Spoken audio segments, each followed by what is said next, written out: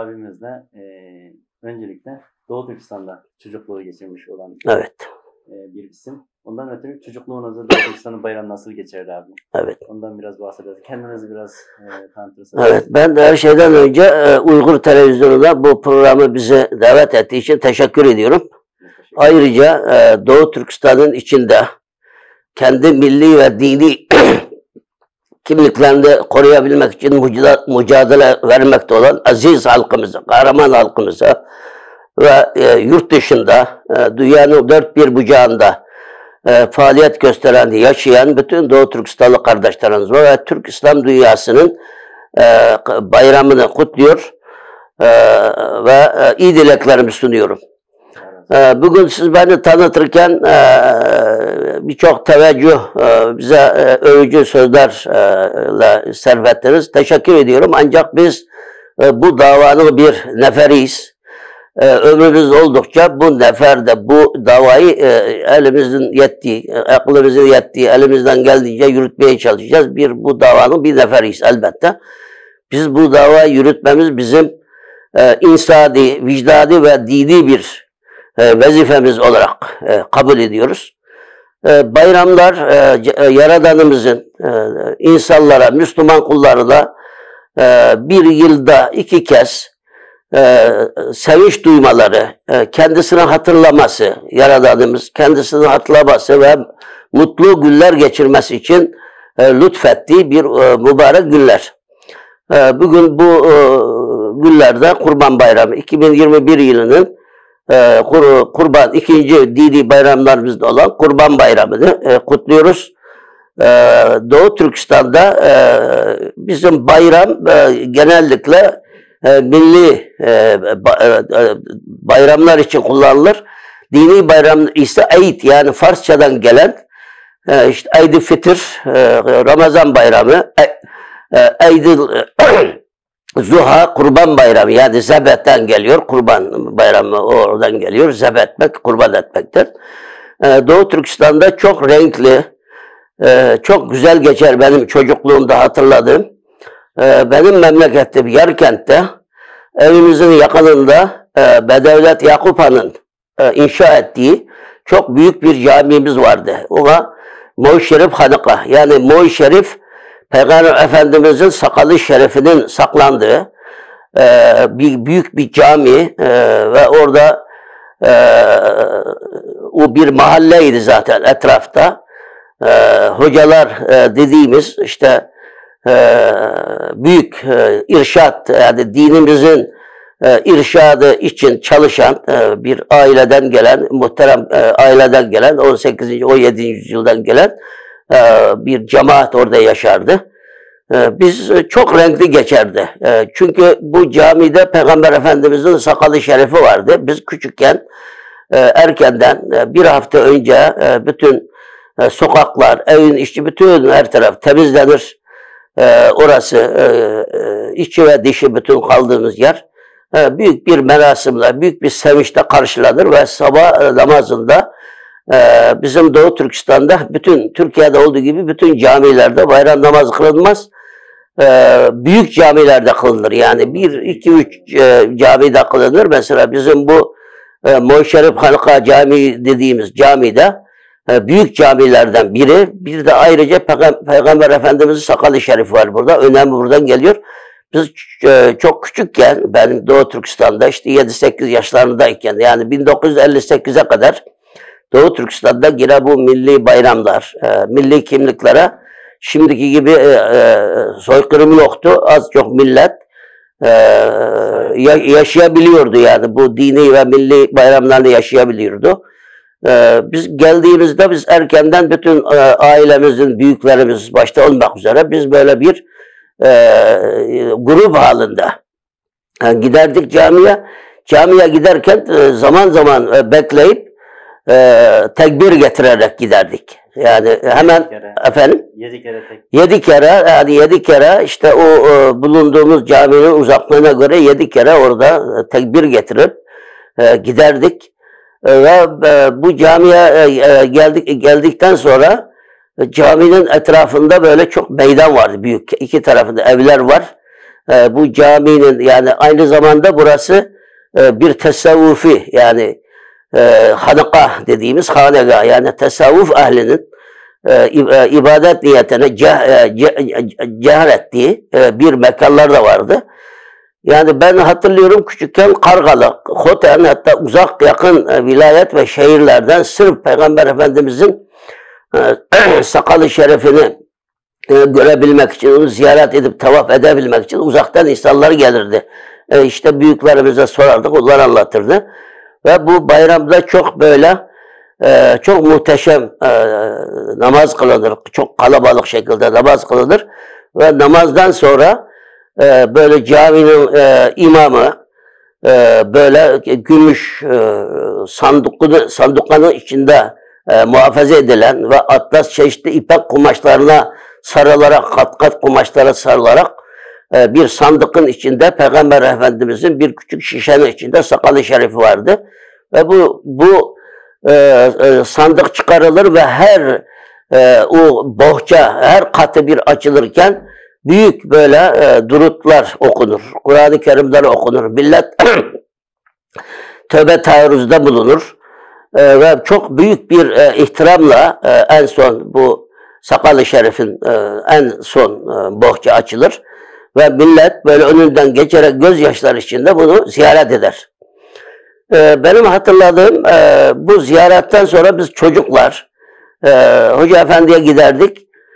O yopuk dediğimiz yani o sakalı şerifin sarıldığı o atlastan kumaş ipekli kumaşlardan yapılma bu örtüleri gözümüze sürterdik, yüzümüze sürterdik, gözümüz ağrımasın diye. Hani gözümüze şifa olur diye. Yani onu teberrüken biz böyle gözümüze sürterdik, tavaf ederdik. Yani bu şekilde olur. Yani birinci gün zaten bayram namazı kılmakla geçer. Çünkü hemen Türkiye'de olduğu gibi sabah erkenden kılınmaz. Öğlene doğru 11, 10.30, 11'e doğru kılınır ve 1,5 saat, 2 saat sonra bu Kurban Bayramı namaz merasimi sona erer. Ve herkes camiden sonra herkes bayramlaşır birbiriyle. Benim gördüğüm o zaman saatlerce böyle bayramlaşır. Tanıyan tanımayan herkes ve herkes camiden çıktıktan sonra bir mahalle halkı biz de çok hala burada devam ettiriyoruz yani bunu yaşatmaya çalışıyoruz.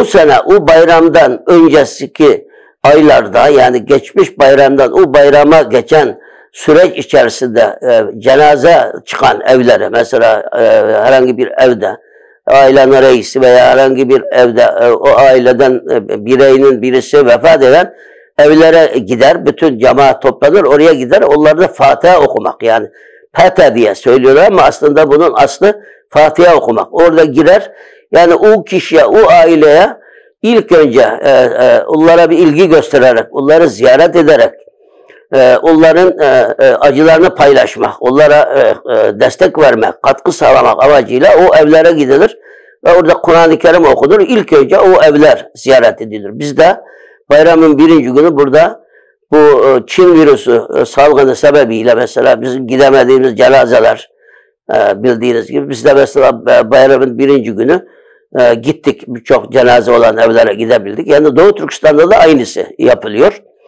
Ve daha sonra o cami imamından başlayarak bütün evler yani birinci günü bu cenaze evleri ziyaret edildikten sonra herkes kurbanını keser ve ikinci günü sabah namazından sonra cemaat toplanarak camiye gelen cemaat toplanarak bütün evleri yani sırasına göre bütün evleri ziyaret ederler. Hala mesela İstanbul'da, Kayseri'de, Doğu Türkistan'ın yaşadığı bütün Türkiye'deki kentlerde bu hala tam olmasa bile yine devam ettirilmeye çalışılıyor bu. Doğu Türkistan'daki bu bayramlara çok önem verilir. Yani halk bu dini bayramlara çok önem verilir. Çünkü Uygurlar, Uygur Türkleri Türk tarihinde ilk yerleşik hayata geçen bir toplum, boy. Biliyorsunuz kültür ve medeniyet yerleşik hayatta ortaya çıkar. Çünkü insanların sosyal ilişkilerin neticesinde bu sosyal ilişkilerinden ve ihtiyaçlarından doğan gereksinmeler sonucu bazı örf adetler oluşuyor zaten. Böyle meydana geliyor. Bugün uzak yakındaki akrabalar ikinci ve üçüncü günü devamlı ziyaret eder. Yani ziyaretler böyle devam eder. Ben zaman zaman böyle dördüncü, beşinci günü bazı unuttuğum veya fırsat bulamadığım dostlarıma telefon ettiğim zaman hocalarımıza diyorum ki Uygurlarda bu bayramdan öbür bayrama kadar bayram bitmedi. Bizim için her gün bayram. Bugün size yani siz bayramdan sonra da demeyin bizim bayramımız daha devam ediyor diye de biraz da orada bir şey yapıyorum yani. Yapıyorum. Hakikaten Doğu Türkistan'da öyle. 1 ay, 2 ay, 3 ay, 4 ay sonrası dahi insanlar o zamanki ulaşım şartlarını göze aldığınız zaman işte herkesin bineği yok. Daha sonra bunlar yakın uzak akrabalara gidip bu bayram ziyaretleri, bayram tebrikleri böyle devam eder Doğu Türkistan'da. Bahsettiğimiz tarihler yaklaşık 1900. Yani 58'e kadar 49'dan 58'e kadar yaklaşık 8 sene 49'da Çin Doğu Türkistan işgal etti. Orada bir 55'te kukla bir sözde özel bölgesi kuruldu. Fakat Çin bu konularda insanları aldatmada, sahtekarlıkta, yani insanları kandırmada dünyada Çin'in eşi benzeri yok bir yönetim tarzı. Şimdi ilk önce yani diğer emperyalistler, diğer katiller, diğer soykırımcılar insanları birdenbire yok ederek, onları işte filmlerde gördüğümüz gibi İkinci Dünya Harbi zamanında Hitler Almanya'sının diğer işte Yahudiler, oradaki başka pomaklar ve Allah'ın yarattığı insanları böyle ırkı aşağılamak, bu ırkın yok edilmesi gerekir diye bu gayri insani bir tarzda onları yok ettiler.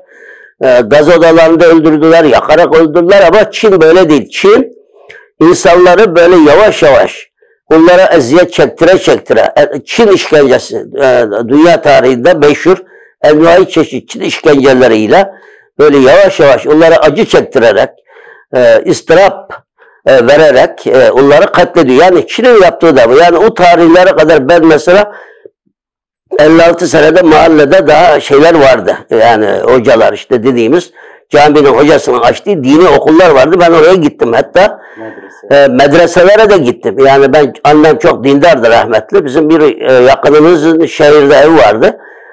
Onun evinde kalırdım. Orada Davut Dahun Halpem Yerkent'te eski Konaşehir'de Davut Dahun Halpet'in medresesinde ben devam ettim. Yani bir süre orada devam ettim birkaç ay. Yani vardı. Fakat 1958'de bu Amerika'yı İngiltere'yi geçip Amerika'yı ulaşmak, yani Amerika'nın seviyesine kadar çıkmak adı altında sekrep ilgililer, yani sıçrayarak ilerlemek diye bir kampanya ortaya attı. Efendim, Çin Komünist yönetimi, işgal yönetimi böyle ve bütün aile, bütün yemekleri yani kolektif hale getirdi. Bütün mahallede bir aşevi ve herkes orada yemek mecburiyeti var. Evinde duman çıkan evlere baskı yaparak evinde ne var ne yok hep el koydular. Bu şekilde yani 58 yılına kadar az çok Doğu Türkistan'da bu milli bayramlar, dini bayramlar yine devam edebiliyordu yani. Evet. Türkiye'ye hicret ettiniz, Türkiye'ye geldiniz. İsa İspat Tekin rahmetli döneminde yaşadığınız Türkiye'de, Muhammed Emin Buray'ı yakından tanıdık. Evet.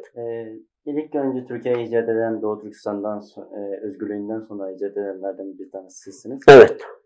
Türkiye'ye ilk geldiğinizde neler hissetmiştiniz? O dönem Doğu Türkistan davası nasıl ilerledi? Evet, şimdi biz 1961'de 19 Haziran 1961'de Yerkent'ten, benim bulunduğum Yerkent'ten yola çıktık. O gün akşam Kaşgar'a geldik.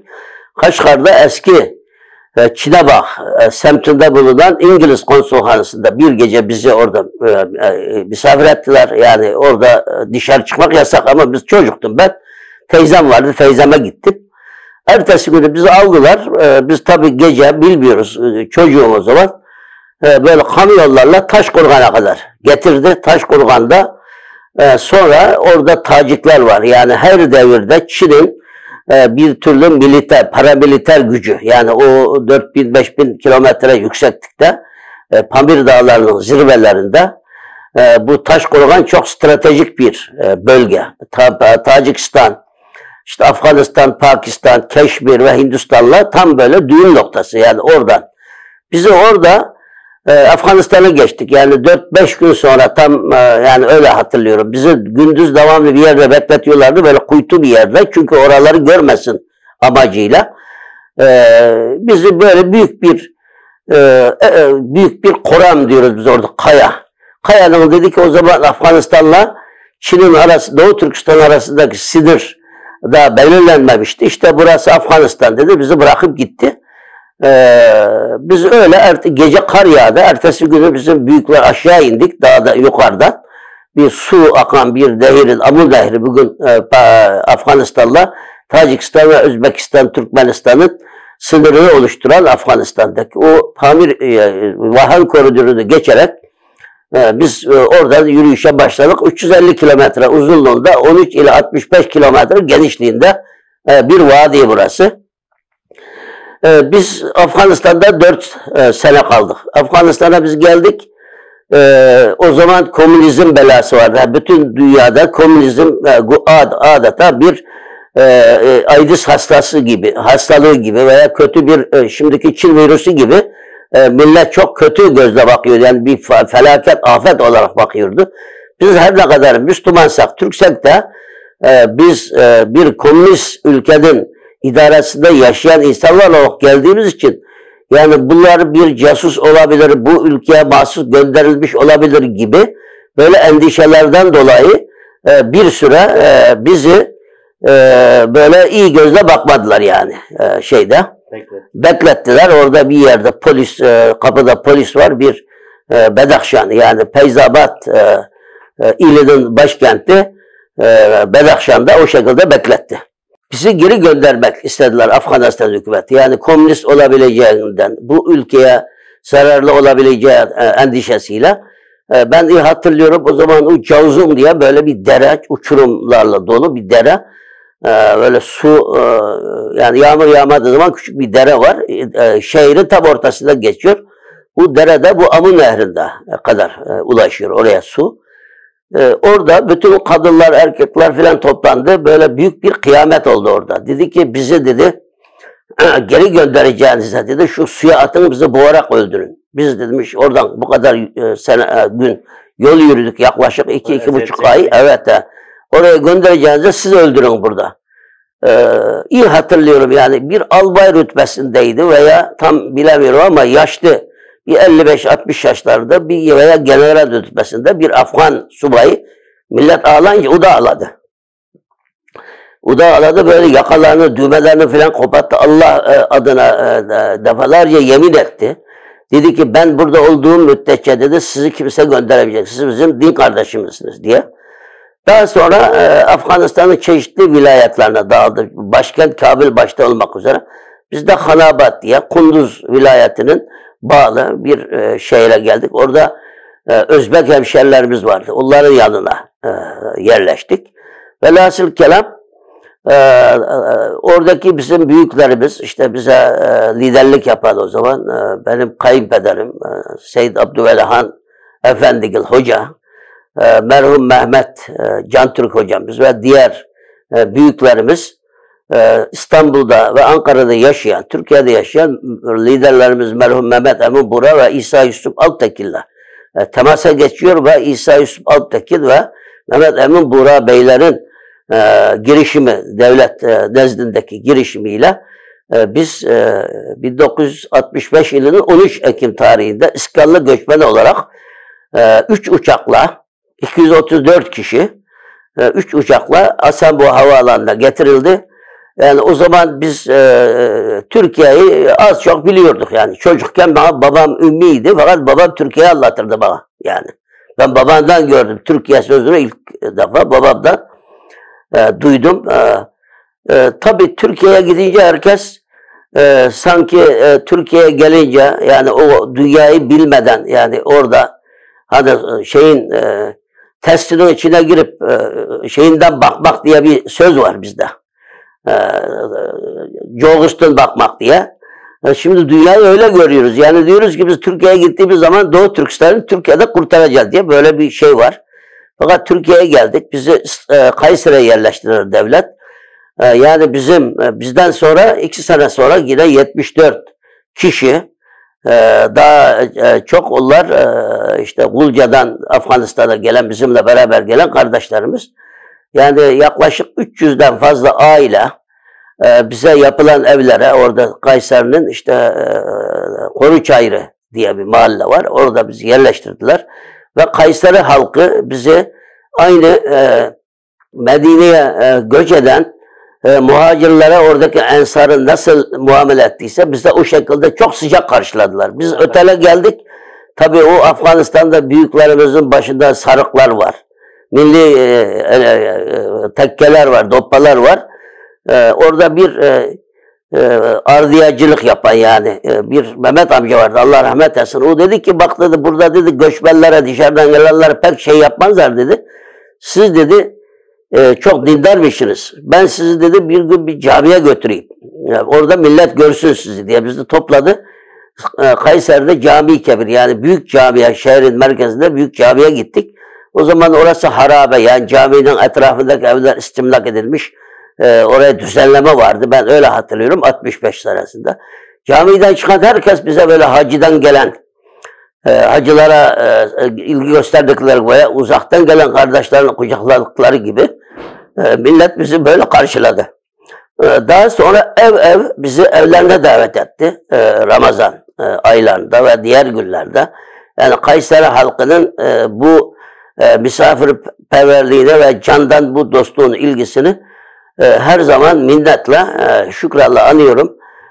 Bizi ağırlayan, bize bu ilgiyi gösteren bütün geçmiş büyüklerimize de Allah'tan rahmet diliyorum. Biz Türkiye'ye geldikten sonra biz ıskallı göçmen olarak geldik. Yani devlet tarafından ev ve sermaye para verilerek biz Kayseri'ye yerleştirildik. Daha sonra Kayseri'nin vali yardımcısı vardı. Osman Gümrükçioğlu adında Allah rahmet etsin. Bu kişi 3 Mayıs 1944 Türkçülük olaylarında tutuklanan merhum Asbastan Türkeş'te ve diğer Türkçülerle birlikte tutuklanan kişilerden biriydi. Vali yardımcısıydı. Bu kişi bizim her gün ona gidiyorduk. Büyükler bizleri işe yerleştirdi yani devlet. Yani devlet bize olağanüstü derecede yani milletin gösterdiği ilgiyi aynı şekilde devletimiz de gösterdi. Fakat bir ortada bir ortak bir şey kurarak o sermayeyle bir iş yapma, ortak iş yapma yani kabiliyetimiz olmadı yani o gerçekleşmedi ama herkes Kayseri'de yani 4 sene, 5 sene yaklaşık 5 sene süren Afganistan'dan yani biz orada daha nereye yerleşeceğimiz belli değil. Yani Afganistan bizim vatandaş, elimizde hiçbir şey yok çünkü bizim ya pasaport falan vermediler. Daha sonra Birleşmiş Milletler bizi mülteci olarak kabul etti. Mülteci Afganistan'ın düzenlediği mülteci pasaportu ile geldik. Yani diyeceğim şu, biz 1961'de geldik ama Türkiye'ye gelene kadar bizim göçümüz, sıkıntımız devam etti. Yani biz Türkiye'ye geldikten sonra bu sıkıntımız sona erdi. İkinci vatanımız Türkiye'ye kavuştuk. Biz geldiğimizden 4 ay önce Mehmet Emin Bora liderimiz vefat etmiş. Biz onu görme şansına erişemedik ama Afganistan'dayken vefat haberini anlayan büyüklerimiz kurbanlar keserek orada büyük bir merasim düzenlediler. Orada Kur'an-ı Kerim hatimleri okundu. Yani ben de orada şahidim böyle gözyaşlar içinde kendisini dualarla, minnetle ve şükranla andı. Biz geldikten bir ay sonra liderimiz merhum İsa Yusuf Alptekin Bey ve Polat Turfani, Semih Can Bay diye bir büyüğümüz vardı. Onlar ve Abdülveli Can gibi İstanbul'da daha önceden gelip yerleşen Uygur ve Kazak kardeşlerimiz bizi ziyarete geldi. Orada büyük toplantılar oldu. Ve daha sonra yavaş yavaş millet işe yerleşti. Yani Kayseri'deki bu 5 yılın sıkıntısı diyelim Kayseri'de bu şekilde sona erdi. Biz Türkiye'ye geldiğimiz zaman Doğu Türkistan Göçmenler Derneği 1960 yılında kurulmuş. Merhum liderimiz İsa Yusuf Alptekin tarafından. Bu İstanbul'da Cağaloğlu'nda hala geçerken bakarım orada Sihya Han diye. Orada bir binadaydı. Ben gördüm orayı. Eskiden Hürriyet Gazetesi de tabii yan tarafındaydı eski zamanda. Cağaloğlu'nda. Şimdiki Milli Türk Talebe Birliği'nin bulunduğu binanın hizasında idi. Daha sonra bizi İstanbul'a davet ettiler. Biz geldikten sonra liderimiz merhum İsa Yusuf Alptekin Bey, o zaman medya bu şekilde etkin değil. Yani yani bütün dünyada öyle. Yani bu iletişim kanalları o zaman zayıf. Bize dedi ki Doğu Türkistan'ı pek yani aydınlardan başka avam pek bilmiyordu. Biz Doğu Türkistan'da geldik dediğimiz zaman işte Bulgaristan'ın yakını mı, Suriye'nin yakını mı böyle soruyorlardı yani bize. Çünkü ilk defa Doğu Türkistan'dan gelenler yani biz orada pek bilmiyordu. Doğu Türkistan'la, çünkü orada Türkiye demek yasak, Türk demek suç. Uzun süre gidiş gelişler irtibat olmadığı için tabii arada unutulmuş yani bu şey.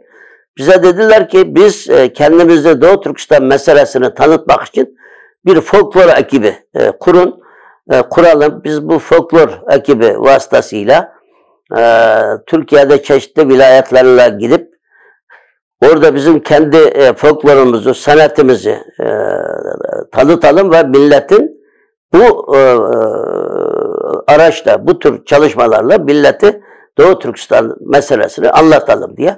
Yani o şekilde bir faaliyetler oldu Kayseri'de. Yani biz Kayseri'ye geldiğimiz zaman en kalabalık topluluk Kayseri'deydi, Uygurlar bir mahallede. Yani yurt dışından, Arabistan'dan ve başka ülkelerden gelen hemşerilerimiz özellikle Kayseri'ye gelir, bizi ziyaret eder. Çünkü 1949'dan yaklaşık yani 65 ise 16-17 sene sonra ilk defa biz Doğu Türkistan'dan geldik Türkiye'ye. Yani ondan önce kimsenin gelmesi mümkün değil.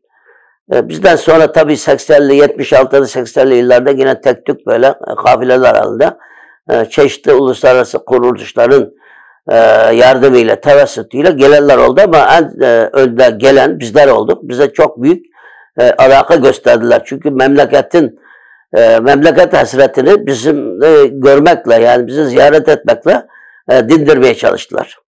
Türkiye'de ilk geldiğinizde İsa Yusuf Alptekin beyler, Allah rahmet eylesin, evet, size ziyaret etmiş. O dönemde Uygur davası dergiler, popülerler sayesinde tanınıyordu. Ya da tanıtılmaya çalışılıyordu. Evet. Aydın kesim biliyordu. Evet, mutlaka. Ama ya halk çok bilgili değildi bu konuda. Evet. Anladığım kadarıyla. Gazetelerde, dergilerle vesaire tanıtmaya çalışıyordu. İsa Yusuf Alptekin nasıl bir insandı? Siz tanımışsınız. İsa Yusuf Alptekin bizim son 20. yüzyılda Doğu Türkistan Türklerinin yetiştirdiği Mehmet Emin Buğra ile birlikte en büyük devlet adamlarımızdan biri, liderlerimizden biri. Yer geldikçe Allah'tan kendisine sonsuz rahmet ve mağfiret diliyorum. İsa Yusuf Alptekin'in hatıralarını okursanız zaten İsa Yusuf Alptekin'in Doğu Türkistan meselesine olan faaliyeti 1927 yılında başlıyor. Çünkü Oş'taki, Encan'daki Çin konsolosluğunda orada mahiyet memuru olarak gidiyor. Özbekistan'da kalıyor ve daha sonra Taşkent'te bu konsolos orada başkonsolos olarak gidiyor. Orada Abdülhamit Çolpan'la işte Stalin 1938'de kendisini idam etti. Yani çünkü Taşkent o zaman Türkistan'ın önemli siyasi ve kültür başkentlerden birisi. Orada Özbekler, Uygurlar, işte Tatar aydınları var yani şeyden önce. Bunlarla görüşüyor, yani ufku açılıyor. İsa Yusuf Alptekin'in hizmeti böyle başlıyor. Daha sonra Çin parlamentosunda Doğu Türkistan'ı temsil ediyor orada milletvekili olarak ve İsa Yusuf Alptekin'in en büyük özelliklerinden biri gittiği yerlerde Doğu Türkistanlıları bulup onlarla görüşmek. Yani onlarla temas kurmak. Mesela 39'da bir dünya seyahatine çıktığı zaman Mehmet Emin Buğra o zaman Afganistan'ın başkenti Kabil'de. Şorbazar, ben gördüm orayı. Eski bir yerleşim yeri, eski evler vardı. Şorbazar, yani tuzlu pazar demek. Şor, tuzlu, tuz demek. Şorbazar semtinde kendi ismini gizleyerek Mehmet Emin Buğra, çünkü siyasi kişiliği var. Bütün büyük devletlerin, işte Rusların, Çinlilerin ve diğer devletlerin, Batılı o zamanki süper güçlerin hedefindeki, ilgisindeki bir kişi. Kendisine Abdullah Han Yerkendi, yani Yerkentli Abdullah Han olarak tanıtıyor. Ve İsa Yusuf Alptekin orada Mehmet Emin Buğra ile bu Şorbazar'da, Kabil'in merkezleri Şorbazar'da görüşüyor yani ilk kez. Ve Çin'e gittiği zaman da oradaki, yani Çin'in çeşitli şehirlerinde işte ticaret, öğrenim ve diğer amaçlarla gelip orada yerleşen Uygurları, yani Doğu Türkistanlılarla orada temas kuruyor ve onlara çeşitli dernekler, işte platformlar etrafında onları topluyor ve onlarla sürekli temas kuruyor. Onlarla ilişkileriniz devamlı sıcak tutuyor. Bu çok önemli bir şey. Siz yurt dışında böyle bir kendi kimliğinizi aynı dili konuşan, aynı düşünceye sahip olan insanlar, bir varlık, kolektif olarak bir varlık gösteremezseniz zaten orada yok olmaya, yani mahkumsunuz. Aynı bugün Suudi Arabistan'da işte dernek kurmak, sosyal faaliyetler yasak olunca şimdi Arabistan'da pek Doğu Türkistanlılar kalmadı. En kalabalık Doğu Türkistanlıların bulunduğu yer oraydı. İsa Yusuf Alptekin'in en büyük, Mehmet Emin Buğra ve İsa Yusuf Alptekin'in en büyük faaliyetlerinden birisi bugün 1949'da Çinli komünistler Doğu Türkistan'ı işgalinden önce, birkaç hafta önce büyük böyle şeylerden sonra, çalışmalardan sonra kengleşerek o zamanki devlet adamları, işte Osman Batur da bunun içinde, Doktor Mesut Sevri Bey de bunun içinde, İsa Yusuf Alptekin ve diğer o zamanki Doğu Türkistan aydınları uzun uzun görüşüyorlar, istişare yapıyorlar. Diyor ki şimdi biz bu Çin komünistlerine karşı silahlı bir direnişe kalkışırsak büyük katliamlar olur, millet ölür. Yani büyük katliamlar olur. Şeyle geliyor, fikri birleşiyorlar. Osman Batur ise ben diyor buradan gitmeyeceğim. Burada savaşarak öleceğim diyor ve şehadet mertebesine eriyor. Ve bunlar vatan için vatandan ayrılma şiarıyla o kışın soğuk, yani biz 10. ayda kar yağıyordu. Biz geldiğimizde Haziran ayında. Bunlar Aralık ayında geliyor o dağlarda. Çok ölen var. 1850 kişi işte şeye geliyor. Ve Türkiye'ye geldikten sonra Türkiye'de yurt dışındaki Doğu Türkistan Milli Hareketi'ni Türkiye'de başlatıyor ve bunun bayraktarlığını yapıyor. Mehmet Emin Buğra Bey vefat ettikten sonra İsa Yusuf Alptekin Bey bunu vefatına kadar burada sürdürdü. İşte Doğu Türkistan Vakfı, rahmetli İsa Yusuf Alptekin liderimizin kurduğu bir kurum. Doğu Türkistan Göçmenler Derneği yine İsa Yusuf Alptekin'in kurduğu kurum. Yani onların eseri bunlar. Şimdi birçok dernekler, vakıflar kuruldu. Birçok binlerce kişi Türkiye'ye gelip yerleşti. Fakat bunların dahi, yani bizim yerleşmemiz bunların sayesinde, bu liderlerimizin sayesinde her zaman minnet ve şükranla karşılıyoruz. Allah rahmet etsin. Yani daha sonraki gelenler, çünkü Türkiye'de Doğu Türkistan'ı pek bilmiyordu. Şimdi biliyor. Şimdi herkes Doğu Türkistan'ı biliyor. Gündeme geldi. Orada soykırım var şimdi. Yani ister istemez bir yerde bir olay olunca, yani derler ya, komşumda yangın olunca işte yangın bana gelmesin diye millet ona bir ilgi duyar. Alakazade olur. Yani bu şekilde yani onların bugün işte dünya genelinde, Batı'da özellikle faaliyet gösteren Dünya Uygur Kurultayı'nın esas temeli 1955'te yine merhum İsa Yusuf Alptekin ve merhum liderimiz Mehmet Emin Buğra'nın 55 yılının Eylül ayında Suudi Arabistan'ın Taif kentinde bir hafta süren 1. Doğu Türkistan Milli Kurultayı'nın nüvesi oralara dayanıyor. Yani 55 yılına dayanıyor. Daha sonra 92 yılında İstanbul'da merhum Doğu Türkistan Vakfı'nı işte ihya eden ve 25 sene genel başkanlığını yürüten ve tarihte unutulmaz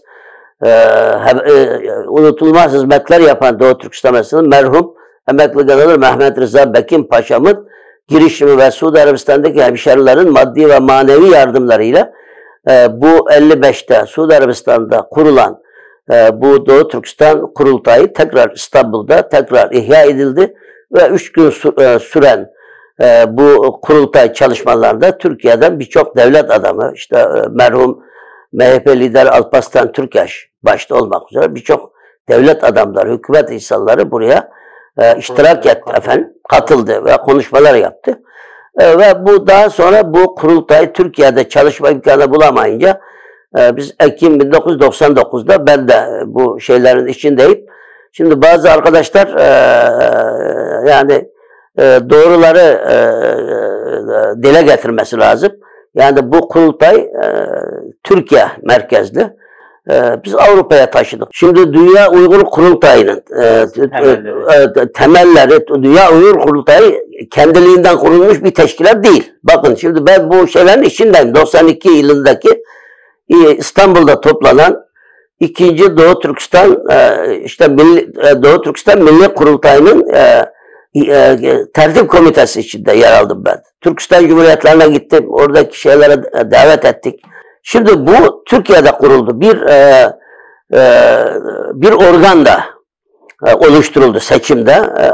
Bu şimdi Avustralya'da yaşayan Ahmet İgenber'de Kurultay Başkanı, İstanbul'da yaşayan işte şair yazar arkadaşımız Mehmet Emin Hazret Bey de İcra Kurulu Başkanı oldu. Yani biz de o kurulun içinde üye birçok arkadaş aklımda kalan. Fakat Türkiye'de bu şeyi yürütmek mümkün olmadı son zamanlarda. Son zamanlarda mümkün olmadı. Öyle olunca bunu Almanya, rahmetli Paşa Almanya'ya taşıdı. Orada şimdi 7.'si yapılacak bu senenin Kasım ayında. Yani 2. Doğu Türkistan Milli Kurultayı'nın genel kurulu Almanya'nın Münih kentinde yapıldı. Burada ben içindeyim bu şeylerin hepsinin. Enver Can bu kurultayın başkanı, kardeş Asgarcan da genel sekreter oldu. Fakat orada bu Kazakistan ve Kırgızistan, Türkistan Cumhuriyetlerinden gelen bizim Uygur kardeşlerimiz, Kazakistan var, Kırgızistan var diye Uyguristan olmasın diye onların bir fikri var. Ve bunların büyük direnmeleri diyelim, itirazları sonucu Doğu Türkistan, Uyguristan Milli Kurultayı, Uyguristan kelimesi buraya eklendi. Bu kurulduktan sonra İstiklal diye gazete çıkardı Uygurca. Bu rahmetli bir yazarımız vardı, vefat etti, Allah rahmet etsin. Burada kaldı, o soğuklarda yattı, Allah rahmet etsin. O çıkardı bunu, şimdi ismi aklıma gelmedi. Şimdi o tarihlerde yani 2000'li yani 95'li 96 yıllarda da yine Dünya Uygur Gençlik Kurultayı diye bir oluşum daha oldu Almanya'da. İşte Ömer Kanat, bu bizim şimdiki Dünya Uygur Kurultayı'nın genel başkanı olan Dolkun İsa Beyler ve diğer arkadaşları. Burada bir kurultay vardı. Bu Doğu Türkistan Uyguristan Milli Kurultayı ile Dünya Uygur Kurultayı birleşerek 2004 yılında Dünya Uygur Kurultayı adını aldı. Şimdi birçok buradaki dostlarımız, Türkiye'deki aydınlarımız Doğu Türkistan meselesine ilgi duyan, takip eden kardeşlerimiz diyor ki niye demiş Uygur Kurultayı kurdunuz Doğu Türkistan varken. Şimdi dedim keşke Türkiye'de olsaydı da Doğu Türkistan Milli Kurultayı olarak devam etse. Ama Almanya'ya gidince hangi ülkede faaliyet gösterirseniz o ülkelerin hassasiyetlerini göz önüne alarak şey yapma mecburiyetindesiniz yani. Şimdi bir kurultay ve bir dernek, bir vakıf kendi başına hangi ülkede faaliyet gösterirse o ülkenin yasalarına, oranın tahammüllerine riayet etmek durumunda, hassasiyet göstermek durumunda. Öyle yani Dünya Uygur Kurultayı'nın bütün şeyi bu 1955'te Suudi Arabistan'da toplanan Dünya Uygur Kurultayı Şarkı Türkistan Milli Kurultayı'na dayanıyor. Şimdi İsa Yusuf Alptekin Bey yurt dışında olduğu gibi yine Türkiye'de mesela 1937 yılında Şinsise ile savaşarak işte Tibet'in güneyinden, Taklamakan Çölü'nün güneyi ve Tibet'in kuzeyindeki o yaylalardan, dünyanın damından geçerek 1937 yılında Şinsise ile savaşan Kazak Türkleri var. Bunlar Keşmir'de yerleşiyorlar. Daha sonra işte 49'da Çin işgalinden sonra da gelenler var. 1850 kişi. Yalnız bunların büyük çoğunluğu Doğu Türkistan'da her ne kadar Uygurlar çoğunluktaysa da gelenlerden Kazak kardeşlerimiz, Kazak Türkler daha çoğunlukta. Onlar kalabalık. Ve bunları Türkiye'ye geliyor Mehmet Emin Bura Bey ile beraber İsa Yusuf Alptekin Bey. Burada o zamanki devlet yetkililerle görüşüyor ve onları da iskalli göçmen olarak. Yani iskalli göçmen Türkiye'nin o zaman şöyle bir politikası var.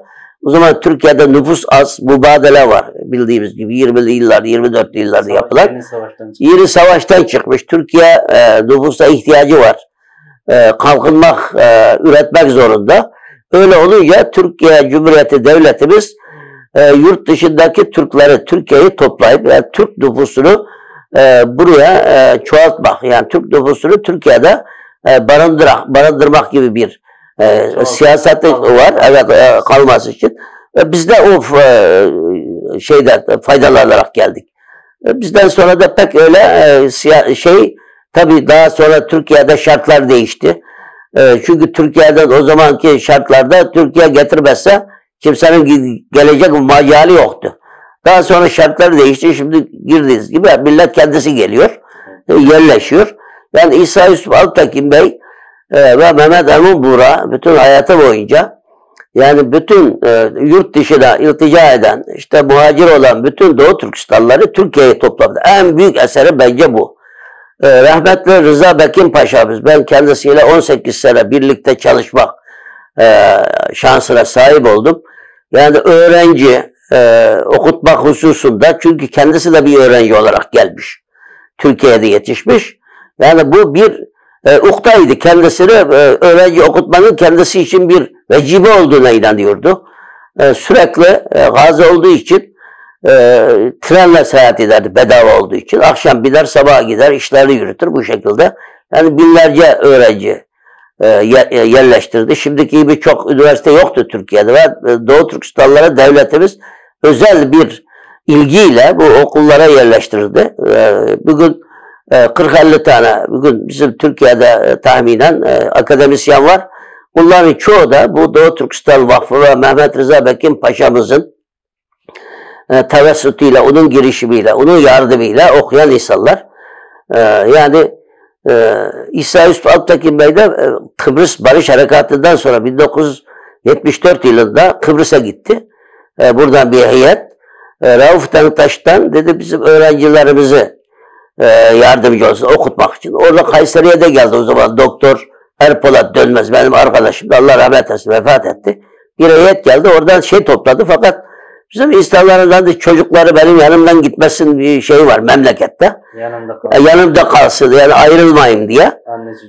Evet pek ilgi göstermedi ama o zaman okuyanlar oldu. Yani o şekilde İstanbul'dan daha çok mesela Kayseri'den birkaç kişi şimdi onlar çeşitli ülkelerde çalışıyor. Yani yüksek öğrenimleri de yaptı. Kıbrıs'ta lise öğreniminden sonra İngiltere'ye götürdü. Orada Kıbrıslılar çok. Orada Kıbrıslıların şeysiyle okudu. Bir kısmı Türkiye'de okudu. Yani böyle bir şey oldu. Mehmet Emin Bura bu İsa Yusuf Alptekin'le birlikte bu mücadeleler içindeyken daha çok siyasi mücadelesiyle öne çıktı. Yazan, kendisi zaten tarihçi, aynı zamanda din adamı. Yani Doğu Türkistan'da eline silah alıp 2 tane kardeşini bu dava uğruna şehit veren bütün ailesiyle beraber bu Doğu Türkistan bağımsızlık mücadelesinde rol alan önemli birçok işte tarihçilik, din bilginliği, siyasi kişilik olarak birçok özellikleri kendi şahsında birleştirebilen nadir liderlerinden birisi. Mehmet Emin Bura daha çok siyasi faaliyetlerle öne çıkıyor. Yani tabii bizim gelmemizde de çok şey var ama yani burada yaptığı faaliyetler işte Doğu Türkistan tarihini yazıyor. Çeşitli ülkelerde uluslararası toplantılara katılıyor birçok ülkede.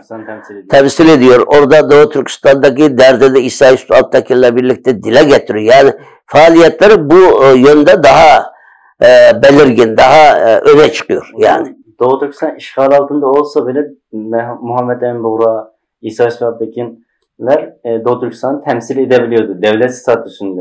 Elbette.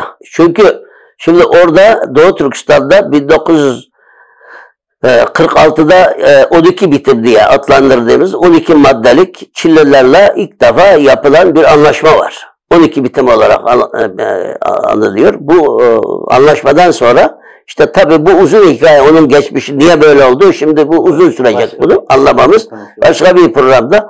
Şimdi burada Çillilerle ilk kez Doğu Türkistan tarihinde ilk kez Çillilerle ortak bir hükümet kuruyor. Yani Çilliler eskiden Uygurları, Kazakları, Doğu Türkistan Türklerdi. Kendileriyle eşit insanlar olarak görmüyordu. Yani biz idare edeceğiz, bunlar idare edilen halk diye biliyordu. Fakat bu anlaşmayla Doğu Türkistan'da eyalet hükümet kuruldu. Ülkelik hükümet adıyla.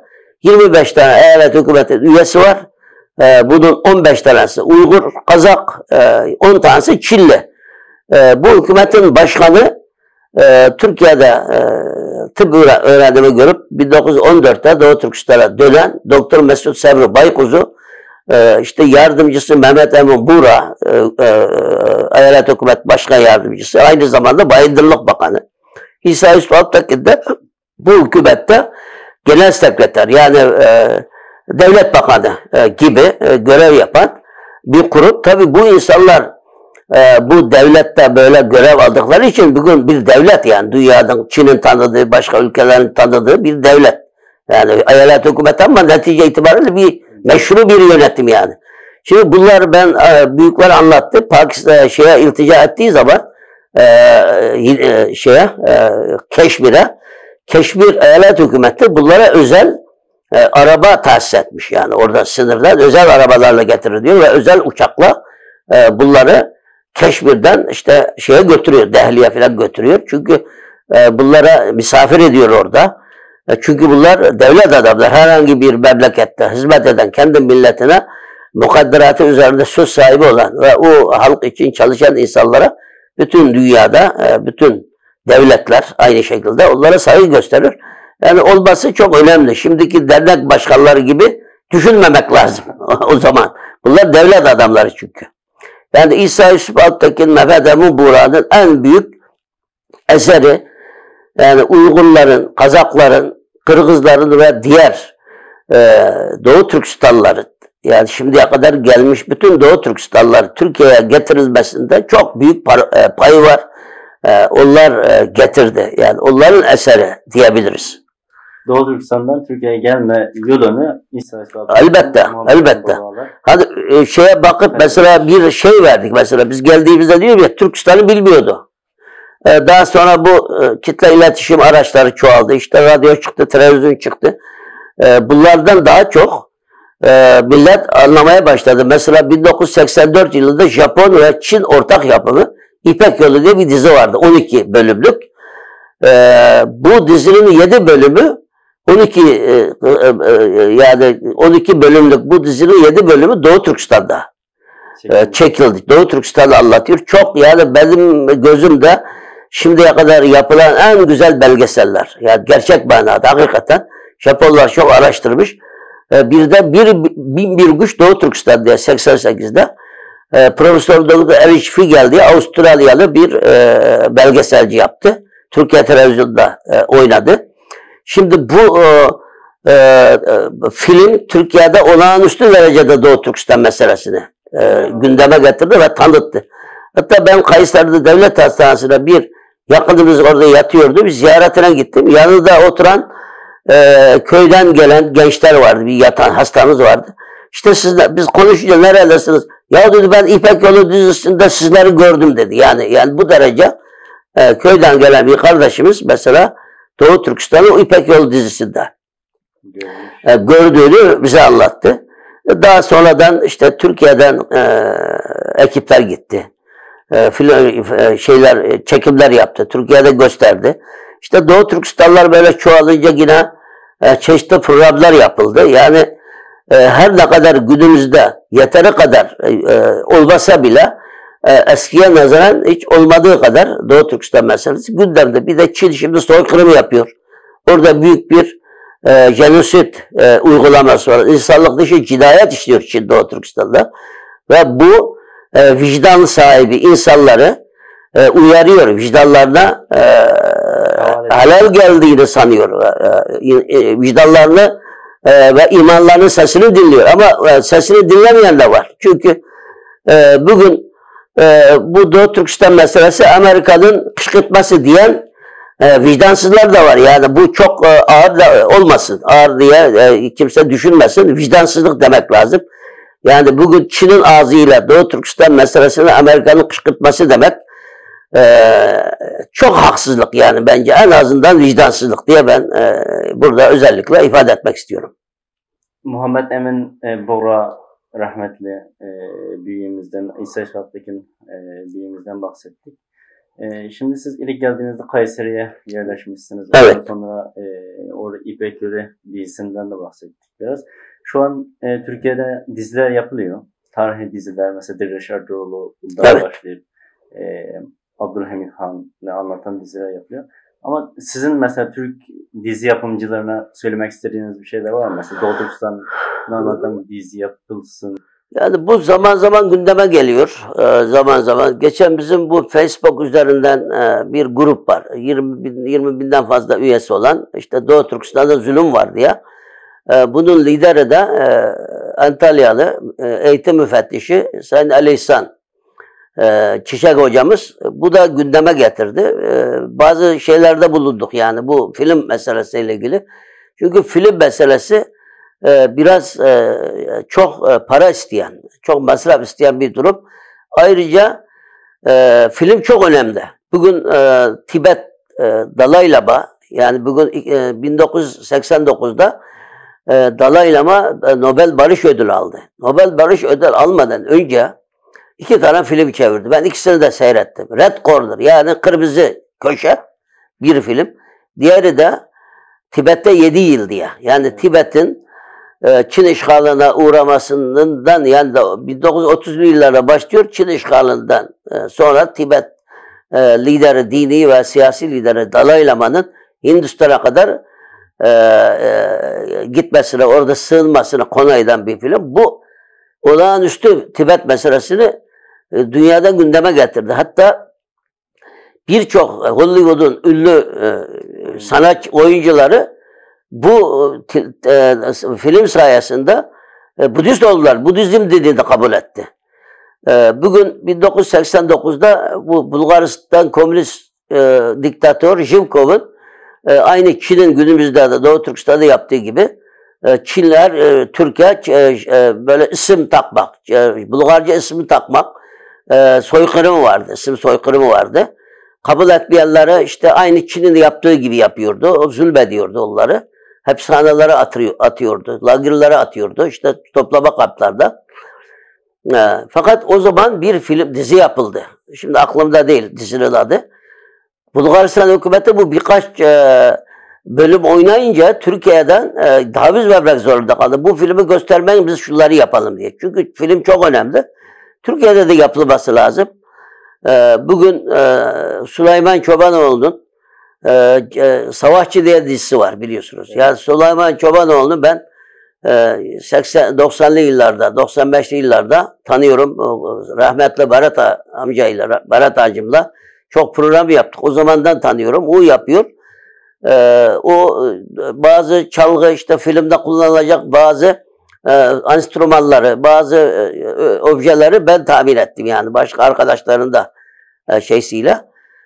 Güzel o ses getirdi yani Doğu Türkistan meselesine. Biz de ziyaretine gittik, teşekkür ettik. Yani şimdi aslında böyle imkanı olan olursa, aslında bir film yapılırsa çok iyi olur. Yani Doğu Türkistan davası biz 20 yıl, 10 yıl böyle mücadele edeceğimize bir tane film yapılsa çok daha çok daha etkili olur. Daha çok dünyaya tanınır diye düşünüyorum. Aslında işte Türkiye'de son zamanlarda işte Celalettin Harzemşah, işte Kurtuluş Osman, Ertuğrul Gazi, bunlar meydana çok güzel gelişmeler. Yani insanlar kendi geçmişini, kendi dedelerini, ecdadını öğrenmez çok güzel. Bizde mesela İsa Yusuf Alptekin, Osman Batur, Abdülkerim Satuk Burahan, Mehmet Emin Buğra zamanımızda mesela gibi bizim liderlerimiz, Osman Batur gibi kahramanlarımız, Gani Batur, bu kahramanlarımız için de aslında film yapılması lazım. Yani bu bizim minnet borcu bu insanlara karşı. Şimdi yeri gelmişken, şimdi Mehmet Emin Buğra 1937'de bu Tungan dediğimiz Çinli Müslümanlar Çin hükümetiyle birlikte olup Hotan'ı istila ettiler. İstila ettiği zaman Mehmet Emin Buğra burada Arabistan'da vefat etti. Kasım Damolla diye en yakın çok güvendiği bir talebesi, yani orada halpet diyoruz, halifesi, halife demek. Hem Hotan geçici hükümetinin de hazine bakanı, hazine naziri kendisi. Ben çok beraber oldum, beraber kaldık. Allah rahmet etsin. Bu bir şey anlattı. Geçen de bir arkadaş bu Doğu Türkistan siyasi tarihi hakkında bir şeyler yazmıştı. Ona da söyledim de. Ben de yazacağım bunu. Şimdi Kasım Domallam anlattı. Biz diyor Doğu Türk Hotan'dan ayrıldıktan sonra Pakistan'a gelmişler bunlar. Bu Pakistan'da gayri alaka, yani ilgisi olmayan, ilişkisi olmayan gayri alaka dediğimiz kabilelerin yani özellik olarak yaşadığı bölge. Yani hükümetin orada herhangi bir etkisinin olmadığı, kendi başına yaşayan dağda bölgeler var diyor. Oralara gittik diyor, biz diyor atlarla diyor para getirdik, altın işte gümüş getirdik diyor. Biz tekrar Doğu Türkistan'a tekrar gidip orada silahlı mücadele başlatmak amacıyla diyor, orada çok silah satın aldık diyor onlara. Parayı verdik, silah satın aldık ve onlara Kur'an-ı Kerim'e el bastırarak, yazılı belge vererek diyor, o kabile reislerine diyor, onlara emanet ettik diyor. Biz bak bunları siz saklayın, şu da parası, biz tekrar geleceğiz, bu silahlarla askerlerimizi silahlandıracağız ve Doğu Türkistan'ı istiladan, Çin istilasından kurtaracağız diye. Fakat tabii şartlar daha sonra bunların tekrar yapılmasına şey vermiyor. Yani Mehmet Emin Buğra Doğu Türkistan'dan ayrıldıktan sonra da bu istiklal fikrinden, mücadeleden asla vazgeçmiyor. Yani bunun çok önemli bir anekdot. Keşke o zaman o daha fazla bilgileri kayda geçirseydik keşke. Şimdi vefat etti. Allah rahmet etsin. Yani şimdi Mehmet Emin Buğra olsun, İsa Yusuf Alptekin Bey olsun, işte rahmetli Paşa vefatına kadar olsun ve diğer Doğu Türkistan'a hizmet eden liderlerimiz, büyüklerimiz, zaten onların bu güçlü imanı olmasa Doğu Türkistan meselesi bu hale gelmezdi. Yani onların vefatına kadar bu davayı savundular. Bir gün bu Doğu Türkistanlı meşhur yazan, Ana Yurt romanını yazan Zuhruddin Sabiri diye yazar var biliyorsunuz. Allah rahmet eylesin, vefat etti. Zuhruddin Sabir Paşa'ya mektup yazmış. Onun bir oğlu vardı, Şöhret Zuhruddin diye. Demiş ki mektupta, ben okudum mektubu. Demiş ki ben bu oğlumu size emanet ediyorum. Bu oğlumun siz yetiştirin. Benim tek oğlum. Paşa çok vefakar insandı. Bak bu mektup, bu yakalandı Avrupa'ya gideceğim diye. Bir yerde yakalandı, Türkiye'ye geri getirildi. Burada normalde bunu memlekete iade etmesi lazım. Geri göndermesi lazım. Paşa dedi bir mektup yazın, gitti bizi gönderdi. Oradaki görevli, işte yetkili, o bölümdeki poliste. Şöyle baktı, onu da anlattık biz Şifa. Dedi ki bunun babası işte böyle bir yazar, ünlü bir yazar. Yani bunun oğlu gittiği zaman bak filanın oğlunu Türkiye'ye geri göndermiş diye. Türkiye'miz için de çok büyük bir skandal olur. Yani kötü bir intiba bırakır. Böyle başını tuttu, dedi ki ben dedi şimdi Bu dedi benden olmayacak şey istiyorsunuz. Ama şimdi ben bunu yapamazsam ne yapacağım size dedi. Kardeşleriniz nerede kalır? Bize teslim etti adamı. Şimdi paşa bunu yapmak için bugün trenle gitti. Ertesi gün işini bitirip trenle geldi. Çünkü biz yapamayız paşanın. Paşa bana dedi ki ya Hamit Bey ben 80 yaşındayken ben 2 gece yol yürüdüm dedi. Yani bana kim dedi bunları yap diye. Paşam siz yapamazsanız biz yapamayız. Kimse yapamaz. Allah size razı olsun. Allah size sağlığınızı daim etsin. Allah biliyor dedim. Kul bilmesi Allah bilir diye. Yani bu derece bu davaya inanmış. Yani kendini tamamen Doğu Türkistan Türklerinin hizmetine adamış vakıf insanları. Merhum liderimiz İsa Yusuf Alptekin vefatından vefat ettiği haftanın pazar günü, yani çarşamba günü vefat etti. Biz pazar günü evine gittik bir grup. İsa Yusuf Alptekin Bey hani biz diyoruz ya sekeratta diye. Sekerattaymış. 3 kişi girdik. Birisi paşam, birisi ben, birisi daha yanımda başka biri. Gittiğim zaman orada böyle şuuru gidip geliyordu fakat Doğu Türkistan diye sayıklıyordu. Yani şu imana bakın. Efendim? Son dakikalarda. Yani son derece, son dakikalarında sekeratta bile Doğu Türkistan diye sayıklıyordu yani. Sekerat diyoruz yani bizde. Yani orada yani kendine artık bu dava Doğu Türkistan meselesi kendi kişisel ideolojisiyle, kişisel şeysiyle aynı olmuş, bir olmuş yani. Uymuş orada. Birleşmiş yani kendi şeysiyle. Yani bu dava bunların bu imanı sayesinde zaten bu günümüzdeki şeye geldi. Bugün çeşitli dernekler, vakıflar, şunlar bunlar kuruluyor. Elbette herkes Türkiye'de hizmet etmek için şey kurması lazım ama biz birkaç milyon değiliz yani. Bulgaristan'da 40-50 tane benim bildiğim 78 tane dernek var. Vakıf var. Ben toplantılara gittiğim zaman onlarla birçoklarını tanıyorum eski şeylerden. Fakat onlar 3-5 milyon adam var Türkiye'de. Ama bizim hepimiz toplasam belki 30-40 milyon değil. Yani bir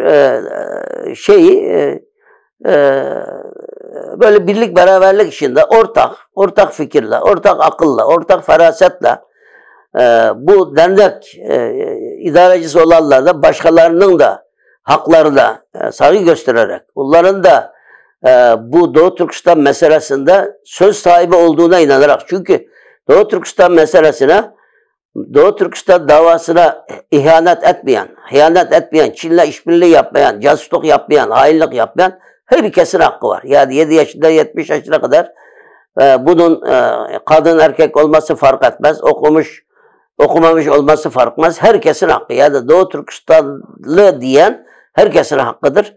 Onların da fikri de saygı göstermesi lazım ve onların da bu davada rol almasını imkan tanıması lazım. Şimdi birçok şeyler hani yumurta tavuktan mı çıktı, tavuk cücü yumurtadan mı çıktı, bunun gibi bir mesele.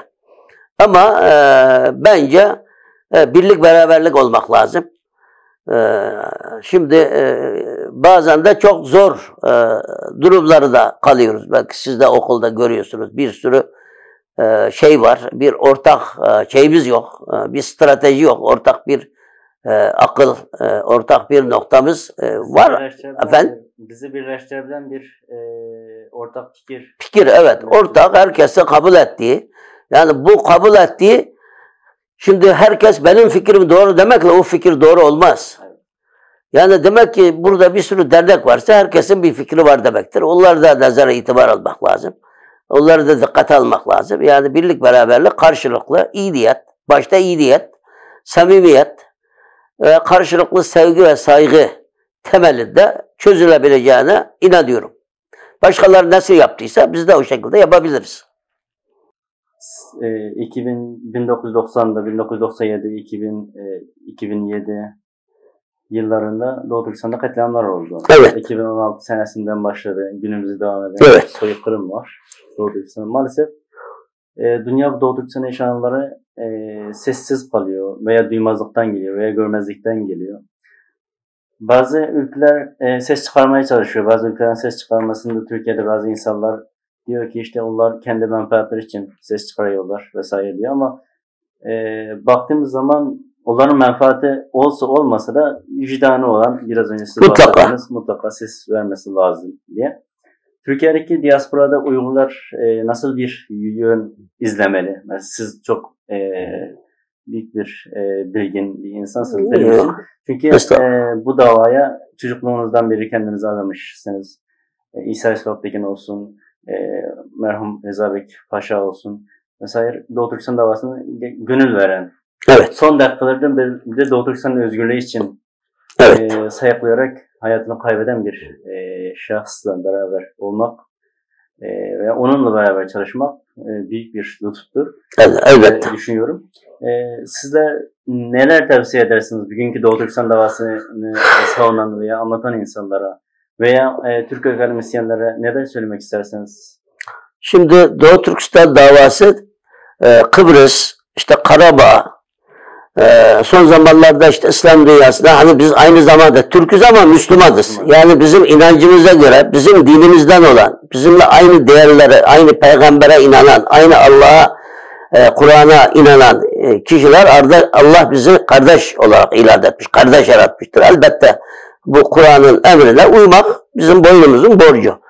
Şimdi bu davalar nasıl ki Filistin meselesi, işte Gazze meselesi, Kıbrıs meselesi, Kırım meselesi ve diğer mazlum coğrafyaların meselesi, Türk milletinin meselesi ise Doğu Türkistan meselesi de Türkiye'nin bir milli meselesi olarak bunu görmek lazım. Bunu bu şekilde anlatmak lazım.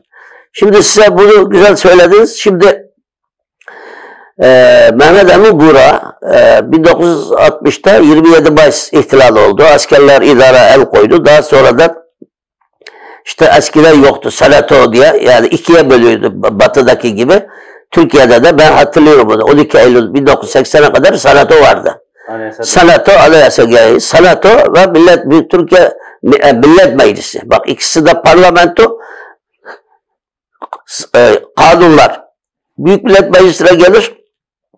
Alt kanat yani. Ondan sonra görüşüldükten sonra Senato'ya gider. Senato'nun onu reddetme şeyi yok.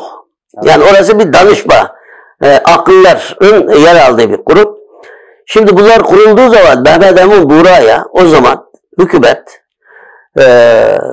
bu kontenjanı var o zaman, ben hatırlıyorum yani. O kontenjandan senatörlük teklif etmiş. Bakın şimdi Mehmet Emin Buğra'nın bir yerden geliri yok. Şimdi senatörlüğü kabul etse senatörlerine oturduğu lojmanda oturacak. Ayda külliyetli miktarda maaş alacak. Hastalandığı zaman bedava tedavi olacak ve birçok ayrıcalıklar var biliyorsunuz. Buna rağmen Mehmet Emin Buğra bu kadar sıkıntıda olmasına rağmen diyor ki hayır, teşekkür ediyorum, ben demiş siyaset üstü kalacağım. Benim bir davam var, Doğu Türkistan davası. Ben onu yapacağım. Bakın. Bunlar çok önemli. Rahmetli İsa Yusuf Alptekin Bey de buna çok dikkat ederdi.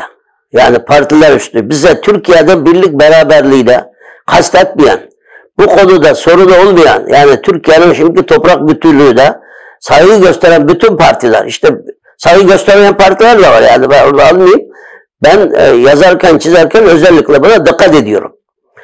Kim ne deseniz, yani Türkiye'nin birlik beraberliğiyle kastedenler bizim dostumuz değil en azından. Bir söz vardı, Uygurlar en çok kullanır diye biliyorum. Uygur Türkleri Türkiye'nin ayağına batacak dikenin kendilerinin gözüne batmak. Evet. Uygurlar Türkiye'nin ayağına batan dikenin putka kirgen tiken Uygurların göz kaçı kadalgan dayak. Yani göz bebeğine sancılmış gibi olur. Sokulmuş gibi diye.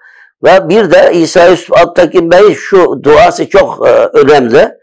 Diyor ki Allah aziz Türk milletini daima korusun. Daima korusun. Devleti ebed müddet. Türkiye'mizi de ilelebet payidar kılsın. Payidar, devamlı ayakta kalsın. Yani bu İsa Yusuf Alptekin de çok buna dikkat ederdi. Yani partiler üstü olmasına. Çünkü bu Türk milletinin davası yani bu. Şimdi A parti olur bugün, yarın B partisi gelir. Şimdi biz bir partiye bu davayı emanet ettiğimiz zaman veya ona yamadığımız zaman küçülürüz yani. Doğu Türkistan davası kendiliğinden küçülür. Yani parti davası olur, parti davası değil. Yani bu bir milletin davası. Bugün görüyorsunuz yani hepimiz. Ben şimdi Türkiye'de son zamanlarda Doğu Türkistan meselesinde ciddi sıkıntılar var meselesinde. Bugün o kadar burada faaliyetler oluyor. Hiçbir devlet, televizyonlara, devlete bağlı medya bunları göstermeyebilir. Çin'le ilişkilerin bozulmaması bağlamında. Ama bugün bağımsız dediğimiz holdinglere bağlı olan özel televizyonları bile göstermiyor. Çünkü Çin bunlara bir şekilde çeşitli vesilelerle bunlara etki ediyor. Ama bu geçicidir yani. Bu mesela Kalıcı değildir. Efendim? Kalıcı değil. Yani bunu millet görüyor artık. Millet biliyor. Yani her şeye rağmen şimdi Türkiye'de Doğu Türkistan meselesi vicdanı olanlar ve vicdanı olmayanlar. Yani şimdi sağ sol Müslüman, ateist veya başka benim şahsi görüşüm vicdanı olanlar ve vicdanı olmayanlar. Şimdi birçok partilerde yani şimdi burada isim vermek istemiyorum. Geçen bir milletvekili tesadüfen internetten bakarken bu Perinçek Çin'in Türkiye'de kadar bir Perinçek. Demiş ki Doğu Türkistan meselesi demiş Amerika'nın kışkırtması diyor. Evet. Kendisine mektup yazdım. E-mail yazdım. Cevap vermedi. Bir daha yazdım. Dedim ki bakın bu sizin bu konuşmanızı Perinçek'in gazetesinden başka hiçbir yerde göremedim. Gerçekten bu söz size mi ait? Başka bir yerde yok bu dedim. Ondan sonra cevap vermeyince ikinci bir kez daha gönderdim. Dedim ki bak bu Perinçek'in bize attığı bu Çin'in hançeri dedim bizim yüreğimizi kanatmaya devam ediyor diye yazdı. Fakat yine cevap vermedi. Kendisine de çeşitli yollarla anlattım. Ya diyeceğim şu. Şimdi filan parti milletvekili bu meseleye devamlı olumlu bakar veya filan partinin bugün Halk Partisi sol parti. Sol partinin mesela milletvekili bir hanım milletvekili var. Burcu Köksal diye biliyorsunuz. Denizli milletvekili. O hanım onlarca kez Doğu Türkistan meselesini gündeme getirdi. Kemal Kılıçdaroğlu birkaç defa Doğu Türkistan'ı gündeme getirdi. Gidenleri kabul etti. İYİ Parti, Gelecek Partisi mesela sürekli gündeme getiriyor bunları. İYİ Parti geçenler Çin'in Milli Eğitim Bakanlığı'nın işbirliğiyle Türkiye çapında düzenlediği hayalimdeki Çin resim sergisini hayalimdeki Doğu Türkistan resim sergisi olarak resim sergisi açtı ve burada ben gidemedim. Şehir dışındaydım. Resim sergisi bunlar çok önemli faaliyetler. Bunlar önemli yani faaliyetler. Değerli şeyler. Bunu unutmamak lazım. Yani bizim Doğu Türkistan meselesi partiler üstü bir mesele. Bugün İsa Yusuf Alptekin Bey 1973'te o zaman bu Adalet Partisi'nden ayrılan bir grup vardı. Birçoğu da İsa Yusuf Alptekin Bey'in en yakın arkadaşları. Mesela Faruk Sükaldi Allah rahmet etsin. Biz geldiğimiz zaman ziyaretine götürüldük ki İsa Bey yine var mı başkasının? Bak bunlar geldi. Başka var mı daha gelecek? Bize her zaman söyleyin biz onları getiririz. Türkiye'ye yerleştiririz. Bu kardeşlerimize bizim kucağımız her zaman hazır açıktır diye. Ben bizzat onun konuşması şahit oldum. Mesela bu insanların ısrarıyla milletvekili olması ısrarıyla Balıkesir'den milletvekili adayı oldu. Fakat o zaman bu Komünist Çin'de vardı ama yine daha Komünist Çin'in bunu yapacak mecali yoktu. Yani düşmanlık yapacak. Evet, belki arkadan para verdi. Belki de bu Tayvan. Şimdi bizde bir söz var ya karıktay, aktay, misbırıktay diye yani. Şimdi onlar verdiler bazı hain insanlara, Çin'in işbirlikçisi olan bazı insanlara yani Doğu Türkistanlı bunlar. İsa Bey'in Mehmet Emin Buğra'nın yardımıyla Türkiye'ye gelen adamlar bunlar. Yani onların teşebbüsüyle Türkiye'ye gelen adamlar. Onlardan para alarak inşallah öbür dünyada Allah onun şeyini sormuştur. Mutlaka hesabını. Bu adamlar İsa Yusuf Alptekin'in Rus casusu. İşte Çin'e şunu yaptı, Çin'e bunu yaptı. Ya herkes Bir şeyler yaptı orada. Şimdi gelenler yapmadı mı Çin'de? Yapmadı mı? Yani orada şartlar neyse onu yapacak herkes. Yani bu şekilde iftiralar atarak orada broşürler dağıttı. Oraya gidip broşürler dağıttı. Çünkü onların arkasında ipi Çin'in elindeydi o zaman. Yani Çin bugününki Çin'i değil, o zaman da vardı ama o kadar güçlü değildi. Yani bu şekilde az bir farkla kazanamadı orada. 1973 seçimlerde. Ama ondan önce İsa Bey'in bütün şeyi partiler üstü kalmaktı. Yani onun dışında onların ısrarına dayanamayarak, o dostluğundan, yıllardan beri gelen dostluğun hatırı için onları kabul etti ama bugün bir İsa Yusuf Altekin Bey milletvekili olarak meclise girseydi, yani Doğu Türkistan davası bir Doğu Türkistanlı liderin ağzıyla meclise gündeme girmiş olurdu. Daha farklı olurdu. Ama şimdi yine mecliste konuşan devamlı gündeme getirenler var. Burada hepsine minnet ve şükranlarımı sunuyorum, konuşan milletvekili. Bütün partilerde var. Allah razı olsun hepsinden. Fakat Çin böyle yapıyor. Şimdi günümüzde Çin Afrika'daki günde $1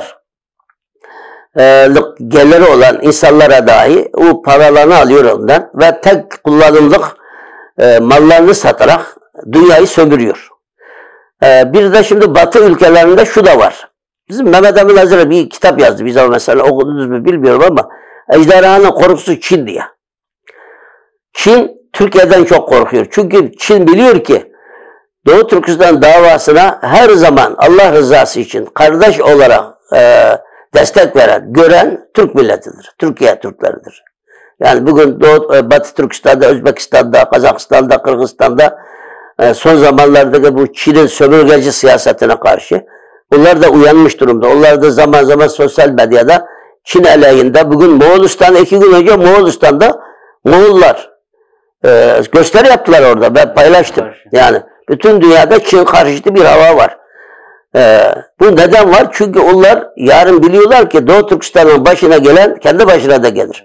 Yani ineğin başına gelen yarın buzağın başına da gelir.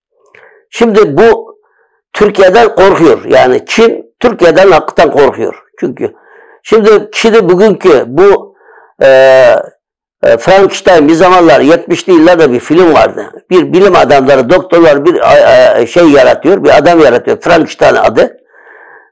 Fakat en sonunda bu bütün o kendisini yaratan doktorların hepsini boğarak öldürüyor filmde. Frankenstein'ın adı. Şimdi bu Çin'i bu hale getiren yine Batı Amerika, işte Batı ülkeleri. Dedi ki Çin'e biz işte refah getirirsek, Çin işte kendi karnını doyuramıyor. Bunlar zengin olursa insan haklarını öne alır, insan haklarını önceler, demokratik ve Batı değerlerine döner, kavuşur diye. Şimdi hırsıza, arsıza para da verseniz, pul da verseniz hırsız. Bunun sanatı o çünkü. Onun mesleği o, hırsızlık çalmak. Şimdi Çin zulmederken yani ne yaparsanız yapın Çin bunu durur mu? Siz para verseniz de. Çünkü onun tiniyetinde var, geçmişinde var. İşte Bengü taşlarda atalarımız demiş Çinlerde ipeğine, tatlı sözüne kanmayın. Tatlı sözüne kanmayın. Bunlar uzaktakini yaklaştırır, ondan sonra kötülük yapar diye. Aileden birisi kendisine bir kötülük yaparsa bütün aileyi cezalar. Yaptığı aynı şey ya. 1300 sene önce bu Bengü taşlarda yazılan şeyler aynısını Çin yapıyor şimdi. Yani takip ediyor Çin. Tekarrür ediyor. Yani tekarrür etmez diyor ama tekarrür ediyor yani. Onun için şimdi Doğu Türkistan davasını partiler üstü tutmak lazım. Bütün partilerle aynı mesafede olmak lazım. Şimdi geçen birisine bir şey yazdım diyor işte sen diyor falan parti. Ya dedim ben kim yaparsa yani Türkiye'nin birlik beraberliğine kast etmeyen bütün partilere aynı mesafedeyim. Yani onlar da yapsa onlar da yapayım. Yani yapmazsa ne yapacaksın ortada? Yani böyle bir durum söz konusu. Onun için bu konuya çok dikkat etmek lazım. Yani bu Doğu Türkistan davası mukaddes bir dava. Yani kutsiyeti var. Çünkü orada hani Türkçe'de var ya tüy bitmedik yetimlerin hakkı var diye. Şimdi tüy bitmedik. Şimdi Çin anasının karnındaki bebeleri öldürerek katliam yapıyor. genç kızlarımızı kısıtlaştırarak, yani doğum yapma kabiliyetlerini yok ederek yok ediyorlar. Soykırım yapıyor. Böyle bir ortamda bu davayı, bu kutsal davayı ne maksatta olursa olsun bunu alet etmek en büyük günahtır. Yani Allah'ın nezdinde de en büyük günahtır. En büyük, yani adam öldürmek gibi, yalan söylemek gibi en büyük günahtır. Bu duruma özellikle dikkat etmek lazım. Partiler, Türk milletinin davası bu. Yani şimdi bir kişinin, bir partinin, bir siyasi grubun veya bir derneğin herhangi bir şeyin davası değil bu. Bütün Türk milletinin davası. Buna çok dikkat edilmesi gerektiğini düşünüyorum. Çok teşekkür ederim. Biz de teşekkür ederiz.